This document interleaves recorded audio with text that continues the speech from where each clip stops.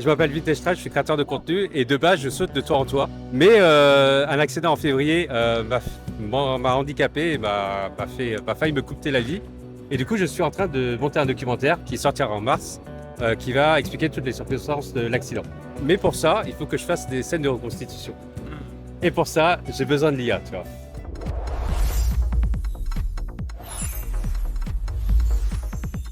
Bon, au-delà du chat GPT que j'utilise toujours et qui m'aide aussi à prompter pour la génération d'images, etc. Là, je me suis mis sur le site FreePic, selon le conseil de Esther d'ailleurs. Et du coup, j'apprends vraiment à utiliser à me servir de tous les modèles, que ce soit images ou vidéo. Je crois que j'ai dû faire 1 semaine et demie dessus, mais déjà, j'arrive à avoir pas mal de choses. Voilà, c'est assez intuitif en fait. Et puis avec le promptage ChatGPT, c'est plus rapidement arrive à faire des belles choses. Il me reste encore du progrès à faire et c'est pour ça que heureusement il y a des tutos sur YouTube qui existent. Exactement. Comme je le propose aussi sur cette chaîne.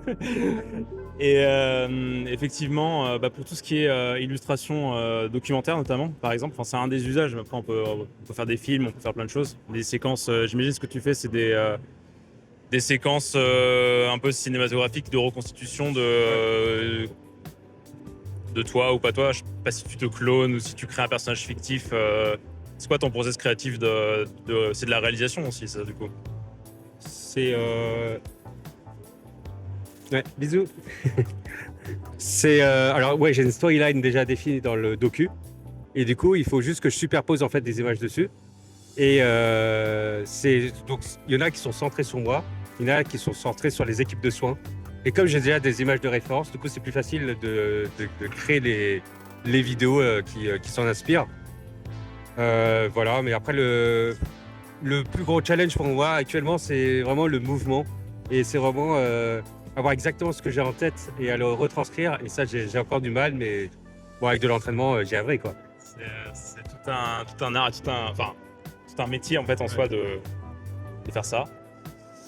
Et comment du coup, maintenant que tu as mis les mains dedans, est-ce que parce que là tu me parles d'un projet en particulier qui est un gros projet, est-ce que c'est sur YouTube par exemple il y a beaucoup de formats storytelling, etc. Effectivement c'est le même type d'usage, c'est-à-dire on a une séquence de mise en scène d'une action où par exemple on a un mec, je sais pas, il monte dans une voiture, on explique une histoire et ça permet d'être dedans mieux que si tu peux faire vraiment des choses sur mesure en définitive. Tu parles d'un mec justement qui monte dans une voiture, il va jusqu'à je sais pas, il prend un rond-point, il est pas content, je sais rien, je vais dire n'importe quoi, mais voilà, c'est l'idée. Donc est-ce que toi comment tu vois ça dans l'avenir de ta chaîne, de ce que tu crées? Moi, je vais rebondir par rapport à ce que tu viens de dire là. De recréer par exemple ce que tu disais, un peu imager des scènes. Je trouve que l'IA, pour moi, hein, c'est un peu une solution de facilité, on va dire, et que ce qui rendrait plus immersif les images, c'est pas de l'IA, c'est vraiment les vraies images, ou alors le faire par des acteurs, vraiment, que ce soit bien filmé avec des vraies caméras, etc. Ça coûte cher aussi. Hein? Ça coûte très cher de faire ça. Bien sûr, c'est beaucoup de temps, etc. Mais je dis juste que selon moi, c'est le meilleur. Je dis pas que que c'est facile à faire. C'est pour ça que je dis que l'IA, c'est dans la facilité, quoi. C'est quand tu n'as que toi et que du coup, tu peux, ou alors ou quelqu'un qui le fait pour toi, il peut te rendre ça rapidement, quoi. Après, pour prêcher pour ma paroisse, on va dire, c'est on peut il y a plein de façons de faire en fait. C'est-à-dire que je suis aussi un peu comédien.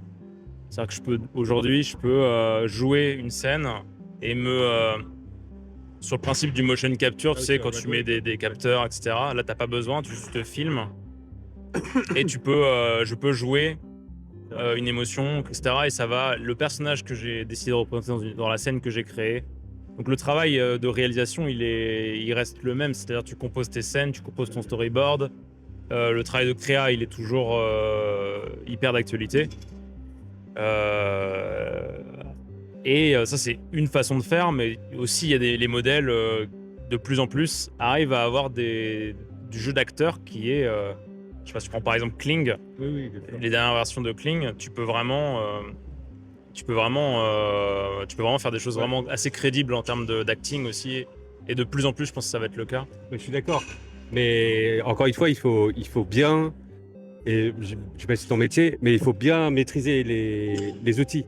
Si tu les maîtrises à moitié, bah t'as pas le résultat t'as pas le résultat que tu veux, toi. Et c'est plus difficile de contrôler les paramètres quand tu connais pas toutes les choses, quoi. Est-ce que toi, c'est un truc qui t'enthousiasme, qui t'excite ou qui te fait peur ou comment quel sentiment t'as par rapport à ça? Parce que bon, il y a un peu tous les. Moi personnellement, c'est un truc qui m'enthousiasme beaucoup en termes de création parce que je suis 45 000 idées à la seconde et ça me permet de les mettre en scène plus rapidement. Et ce qui n'enlève en rien, au contraire, ça augmente, je trouve, la création. Ça me permet, ça me démultiplie, quoi. Je peux faire beaucoup plus de choses. En gardant l'aspect créa et en donnant vie à des projets qui sinon n'auraient pas vu le jour, tout simplement. Comment toi tu perçois ça Alors moi, je vais te faire juste un petit parallèle. En fait, moi, tu vois, je fais du parcours. Et moi, quand j'allais sur les toits ou quand je faisais raconter mes histoires, j'utilisais le parcours comme un outil juste pour me déplacer et aller d'un endroit à un autre. C'était vraiment juste un outil pour moi. Et aujourd'hui, je pense que l'IA, c'est aussi juste un outil pour moi. Je ne vais pas tout axer sur l'IA, mais par contre, si j'en ai besoin par-ci par-là, bah, je l'utiliserai. Et c'est comme ça que je l'intégrerai dans ma création de contenu. Un outil. Ouais, exactement. Ouais, bah c'est un outil. Ouais, c'est ça.